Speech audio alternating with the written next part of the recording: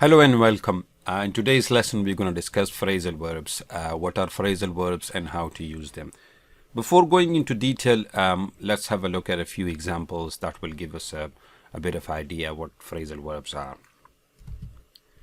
She has always looked down on me.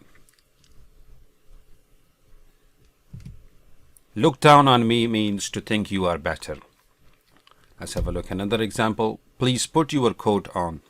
That means to wear or to dress yourself. Put and obviously the preposition. Go over your work again.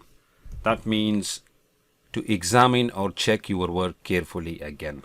So here we've got a combination of verb plus the preposition, verb plus the preposition, and obviously verb, a preposition, or an adverb. So in fact, a phrasal verb is a combination of a verb, adverb, or a preposition. The preposition in such a verb is referred as a particle. So the preposition which we use to combine with the verb to make it a phrasal verb, that preposition is called a particle. The usual meaning of the verb is normally altered. What does it mean? When we use the verb on its own, it might have a different meaning. However, when we combine that with the preposition or adverb to make a phrasal verb, it gives us a totally different meaning. For example, in the first example, to look down on someone doesn't mean that you are looking from a higher place at someone who is below you. It means that you think that you are better than someone. Actually, their meaning is not obvious from the meaning of the individual words themselves.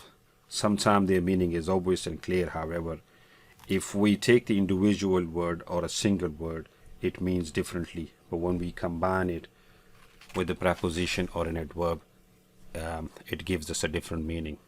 If we take the word put on its own, it means to place. However, when we combine it with the preposition on, that means to wear or to dress. Phrasal verb can be used in four main different structures.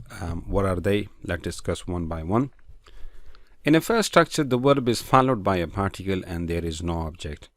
For instance, a war broke out in June. We set off this morning. If we look at these examples, there is no object. In such a structure, the phrasal verbs are intransitive verbs. It means they don't take the object. In the second structure, the verb is followed by a particle and an object. For example, Ali turned off the lights. Here we can see that the particle is followed by the object. So the phrasal verbs here are the transitive verbs. In the third structure, the verb is followed by an object and a particle. For example, they called the game off. So verb, the object, and then the particle. So here we can insert the object between the verb and the particle.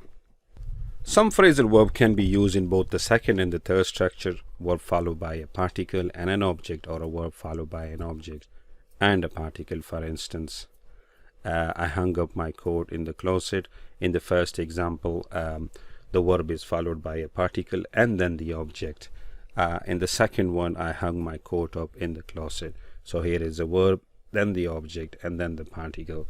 So there are some phrasal verb which can be used in both the second or the third structure. That means a phrasal verb can take the object. That means an object can be inserted between the verb and the particle, or the object might come after the particle. Here is a point that needs to be noted. Like we said, the object might come between the verb and the particle. However, if the object is a pronoun such as it, him, her, them, it is always inserted between the verb and the particle.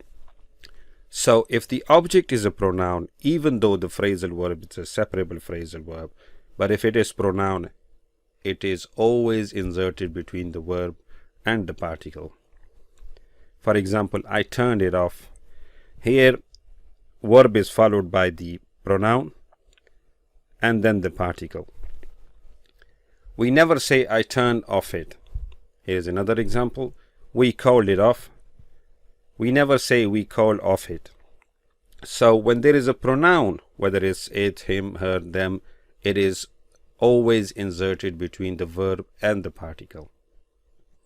Types of phrasal verb. There are two types of phrasal verb. One is separable and the other one is inseparable. In separable verb preposition combination, the particle may come before or after the noun object. For example, did you call up your boss, or did you call your boss up? It means in a separable phrasal verb, we can put the object after the particle, or we can insert the object between the verb and the particle. In inseparable phrasal verb, a pronoun or a noun object always follows the particle.